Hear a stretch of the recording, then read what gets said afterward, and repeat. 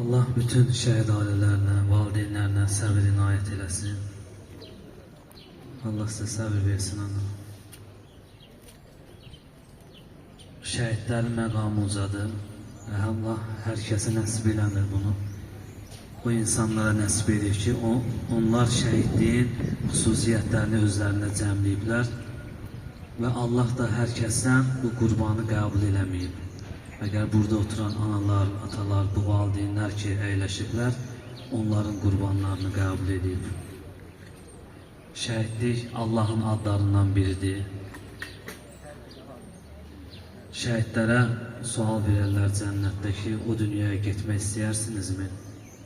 Onlar deyərlər, bir şərtlə gedərik ki, yenə şəhid olsaq gedərik, yoxsa getmərik. Onlar çünki dərk ediblər və onlar yaşayıblar. Allah bizləri ahirətdə şəhidlərin şəfaətindən bir nəsib eləməsin.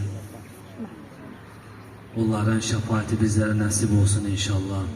Şəhid özündən əlavə 70 nəfərə şəfaət edirlər. Allah o şəfaətə bizlərə nəsib eləsin inşallah.